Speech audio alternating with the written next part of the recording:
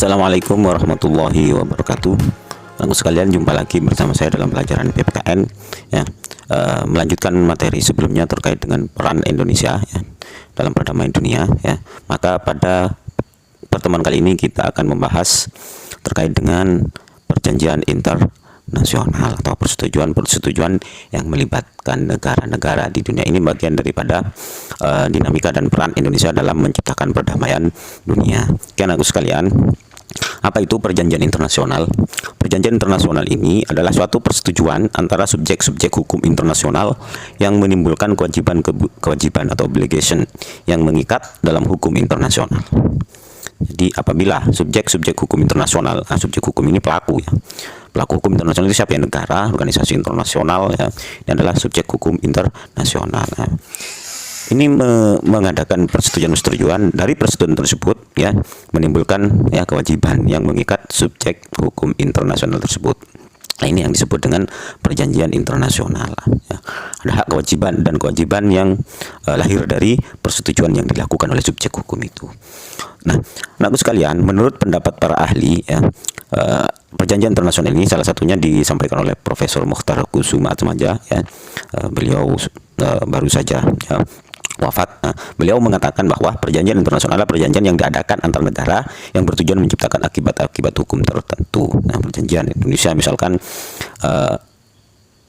mengadakan perjanjian dengan Malaysia ya, tujuannya untuk menciptakan akibat hukum, karena menciptakan misalkan batas wilayahnya. Nah, ini kan mengakibatkan akibat hukum ya di kedua negara. Lah, ini menurut Profesor Mokhtar Kusuma Atmaja.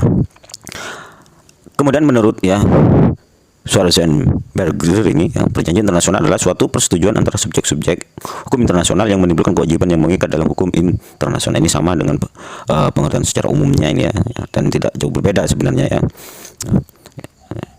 dengan pendapat Mokhtar Kusuma Atmaja. Nah, ini ya, itu sama-sama persetujuan antara subjek hukum. Nah, kalau di sini subjek hukum ini bisa organisasi internasional.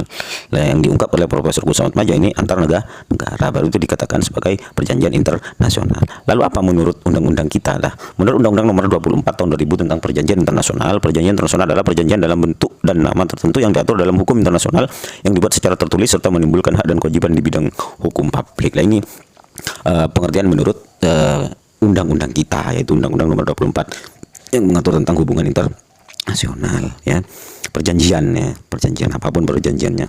Kalau dulu kita punya namanya perjanjian Linggarjati ya, nah, Meja Bundar dan lain sebagainya. Nah, ini dan itu tunduk kepada aturan-aturan hukum internasional tertulis. Makanya nanti ada prosedurnya ya, apa saja kesepatamnya kemudian ditandatangani bersama lain. Ini menurut pendapat ahli dan aturan perundang-undangan terkait dengan arti perjanjian internasional. Nah, anakku sekalian, perjanjian internasional ini banyak macamnya atau diklasifikasikan. Lah, ada yang menurut subjeknya. Subjek ini apa? Pelakunya. Pelakunya itu antar negara. Biasanya perjanjian itu, persetujuan itu dilakukan oleh negara dengan negara atau dengan negara dengan subjek hukum internasional lain ya. Misalkan organisasi-organisasi internasional ya. ASEAN dengan apa namanya? AUKI misalkan ya. Indonesia dengan masyarakat ekonomi Eropa misalkan, ini bisa saja. Nah, atau perjanjian internasional itu bisa dilakukan antar subjek hukum, antar organisasi-organisasi ya. Vatikan itu ya, Vatikan ini juga masuk subjek hukum internasional. Ini bisa saja. Nah, ini menurut subjeknya. Kemudian menurut jumlah pesertanya, lah ini yang paling populer kita kenal ya. Ada perjanjian internasional itu bersifat bilateral ya, yang melibatkan dua negara saja, atau multilateral yang melibatkan banyak negara. Nah, kemudian yang ketiga ini menurut fungsinya, ada yang disebut dengan law making treaties ya, perjanjian yang membentuk hukum ya. Apa itu? Yaitu suatu perjanjian yang meletakkan ketentuan-ketentuan atau kaidah-kaidah bagi hukum masyarakat internasional secara keseluruhan, bersifat multilateral. Lah, ini mengikat seluruh negara, bahkan yang tidak ikut di dalam perjanjian tersebut sebelumnya. Ini sifatnya juga multilateral. Misalkan kita punya yang namanya Konvensi Hukum Laut Internasional. Nah, walaupun ada negara yang tidak ikut misalkan perjanjian tersebut, maka dia akan tetap terikat oleh hukum laut internasional, karena ini berlaku secara umum, makanya disebut menciptakan atau membentuk hukum. Nah, ya. Nah, kemudian yang kedua adalah treaty kontrak. Treaty kontrak ini perjanjian yang khusus atau bilateral ya. Nah, Ada perjanjian menimbulkan hak dan kewajiban yang hanya mengikat bagi negara-negara mengadakan perjanjian. Ini hanya mengikat bagi negara yang melakukan perjanjian. Kalau yang law making treaties, yang tidak ikut melakukan perjanjian juga terikat. Nah, makanya kalau yang atas multilateral lebih sifat multilateral ya. Kalau kemudian yang di bawah itu bilateral, misalkan contohnya adalah apa? Contoh adalah perjanjian Indonesia dengan Cina misalkan terkait dengan kewarganegaraan warganya. Lah, kemudian menurut isi perjanjian ini banyak, ada yang isinya ya politik, hukum, ya ekonomi, ya tentang batas wilayah terkait dengan kesehatan. Lah ini klasifikasi dari perjanjian internasional. Lalu apa contoh-contohnya? Ini bisa saya contohkan beberapa ya. Misalkan perjanjian RI Republik Indonesia dengan RRC Cina ini mengenai kewarganegaraan. Ini dari klasifikasinya itu adalah perjanjian antar negara ya, bilateral dua negara ini ya. Nah, ini isinya ini hukum ya. Kemudian itu masuk dalam kategori ya, fungsinya itu adalah treaty kontrak karena melibatkan dua negara.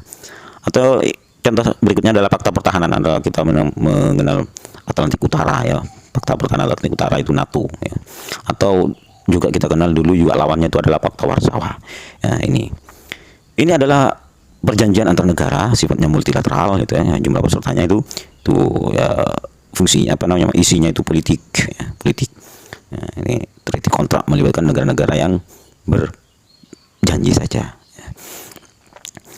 Nah, kemudian yang baru-baru ini kita tahu ya, kita lihat di beberapa media, Indonesia Jerman sepakat kerjasama di bidang kesehatan lawan pandemi COVID-19 ini ada penandatanganan ya. Perundingan secara virtual ini masuk di dalam perjanjian berjanji untuk mengatasi COVID ini adalah perjanjian bilateral ya antar negara ya, bidang kesehatan ya, itu hanya berlaku atau mengikat hak dan kewajibannya untuk antar dua negara, yaitu Indonesia dengan Jerman. Lah ini contoh-contoh dari perjanjian internasional. Masih banyak lagi, silakan kalian cari ya dan pelajari bersama-sama. Oke, anak-anakku sekalian, perjanjian internasional ini harus melalui beberapa tahapan ya.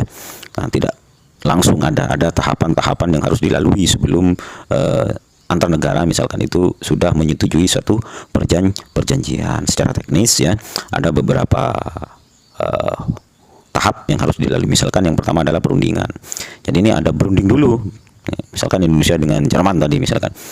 Berunding dulu ya. Di dalam perundingan ini ada negosiasi, ya, diplomasi ya, mengirim delegasinya masing-masing untuk melakukan itu semua. Apa tujuannya, aturan-aturannya, hak kewajiban yang harus dipenuhi oleh semua pihak. Nanti kalau itu terjadi, apa yang harus dilakukan di dalam perjanjian tersebut. Ya, ini masuk dalam tahap perundingan. Lah, kalau semua sudah dibicarakan, ya sudah jelas dan sebagainya, baru penandatanganan. Nah, ini contohnya itu ya, penandatanganan. Nah, ini seperti itu. Misalkan diwakili oleh menterinya atau menteri luar negerinya atau menteri perdagangannya kalau itu terkait dengan ekonomi, dagang dan lain sebagainya.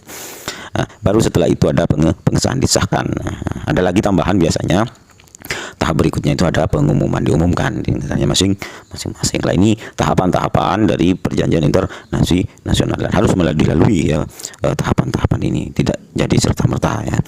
Oke, anakku sekalian, yang selanjutnya itu adalah manfaat dari perjanjian internasional. Apa manfaatnya bagi kita atau bagi Indonesia juga ya? Ada beberapa hal yang perlu dicermati di sini adalah ya terkait dengan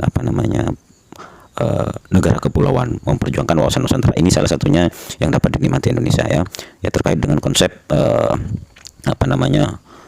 wawasan Nusantara di sidang hukum laut di Jeneva ya tahun 58, kemudian diteruskan lagi ya pada tahun 82 ya. Ini kemudian melahirkan konvensi hukum laut internasional ya, di mana Indonesia ini sebagai negara kepulauan ini ya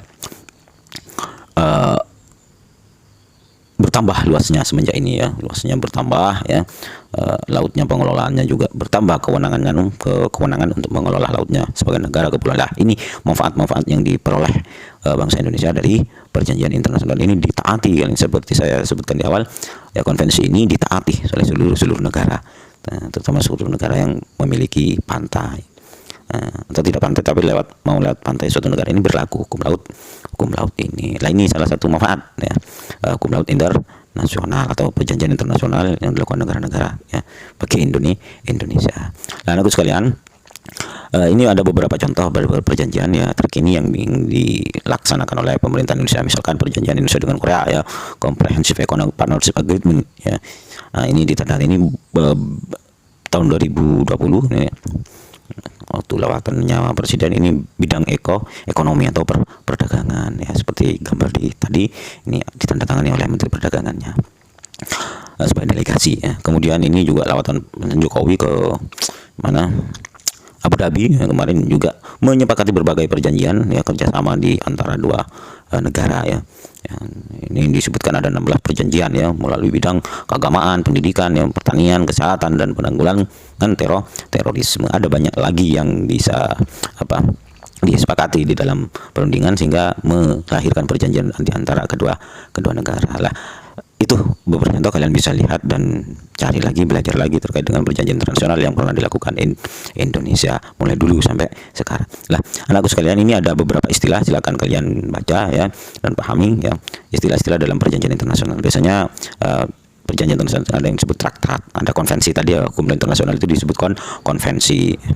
Konvensi itu apa? Misalkan kalian baca di situ adalah suatu perjanjian atau persetujuan yang lazim digunakan di dalam perjanjian multilateral. Ketentuannya berlaku bagi masyarakat internasional secara keseluruhan. Nah, makanya lawmaking treaty saya katakan tadi, negara-negara yang terlibat di dalam konvensi hukum internasional ini ya terikat, dan negara yang tidak datang pun ikut pun akan terikat oleh hasil dari konvensi hukum internasional tersebut, itu namanya konvensi. Kalau piagam contohnya itu piagam PBB terkait dengan HAM, itu sama, itu masuk dalam kategori perjanjian internasional. Traktat yang antara dua negara, batas negara, misalkan ada yang namanya agreement ya, persetujuan antar negara ya, ada deklarasi lah. Ini beberapa istilah di dalam perjanjian internasional. Silakan, masih banyak lagi istilah-istilah, silahkan kalian cari ya, pelajari, nanti kita diskusi bersama. Oke anakku sekalian, cukup materi kita hari ini. Bila ada pertanyaan nanti sambung dalam diskusi. Terima kasih. Assalamualaikum warahmatullahi wabarakatuh.